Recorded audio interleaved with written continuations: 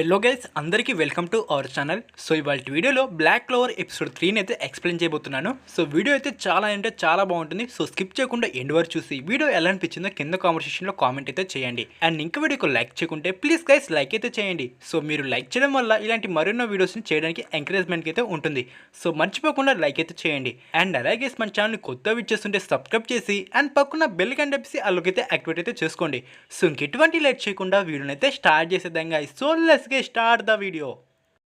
Episode స్టార్టింగ్లో Clover Kingdom అయితే చూపిస్తారు.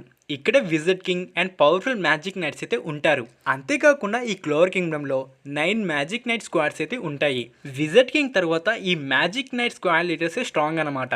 అంతేకాకుండా ప్రెజెంట్ విజర్డ్ కింగ్ చనిపోతే ఈ స్క్వాడ్ లీడర్స్కి నెక్స్ట్ విజర్డ్ కింగ్ అయ్యేందుకు ఆపర్చునిటీ వస్తుంది. సో అప్పుడే ఆ సీజన్ సంబంధించిన థీమ్ సాంగ్ అయితే ప్లే అవుతుంది. ఎపిసోడ్ టైటిల్ వచ్చేసి to the royal capital of the Clover Kingdom. ఇక్కడ యూనో అండ్ ఆస్టా ట్రైనింగ్ అయితే చేస్తూ ఉంటారు. ఎందుకంటే త్వరలోనే మ్యాజిక్ నైట్ ఎంట్రన్స్ ఎగ్జామ్ జరగబోతుంది కనుక మన వాళ్ళు ఎగ్జామ్ లో ప్రాక్టీస్పేట్ చేసేందుకు హార్డ్ ట్రైనింగ్ చేస్తూ ఉంటారు. ఇక్కడ ఆస్టా దగ్గరకు నాష్ అనే మరో ఆర్ఫన్ అయితే వస్తాడు. నాష్ ఉండి ఆస్టా నువ్వు ఎటువంటి మ్యాజిక్ ని యూజ్ చేయలేవు, ఎందుకు ఇంత కష్టపడుతున్నావు అని, నువ్వు పాస్ అయ్యేందుకు ఎటువంటి ఛాన్సెస్ లేవు అని అంటాడు. అందుకు ఆస్టా ఉండి లేదు నేను ఖచ్చితంగా ఈ ఎగ్జామ్ లో పాస్ అయ్యి మ్యాజిక్ నైట్ స్క్వాడ్ లో చేరతాను అని, అంతేకాకుండా ఏదో ఒక రోజు విజర్డ్ కింగ్ కూడా అవుతాను అని అంటాడు. వెంటనే నాష్ గట్టిగా నీ వల్ల అవ్వదు అని అంటాడు. అంతేకాకుండా మనం పూర్ అండ్ ఆర్ఫన్స్ అని ఇలాంటి కళలు కనకూడదని అంటాడు.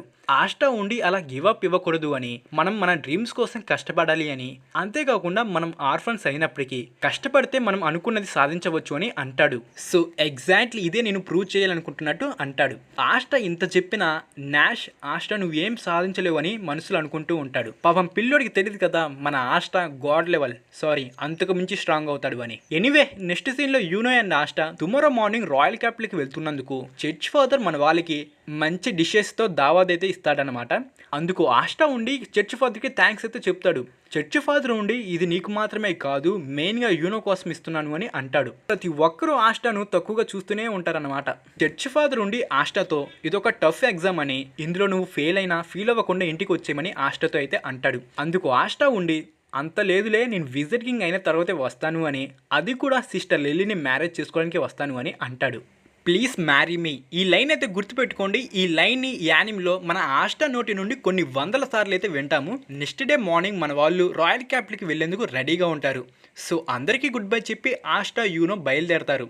సిస్టర్ లిల్లీ ఆస్టాను యూనోని చూస్తూ ఫస్ట్ టైం యూనోని ఆస్టాని మీట్ అయిన సిచ్యువేషన్ని గుర్తు చేసుకొని మన వాళ్ళకి హార్ట్ఫుల్గా సెండ్ ఆఫ్ అయితే ఇస్తుంది. కట్ చేస్తే మన వాళ్ళు పోటీ పడుతూ రాయల్ క్యాపిటల్ వైపు వెళ్తూ ఉంటారు.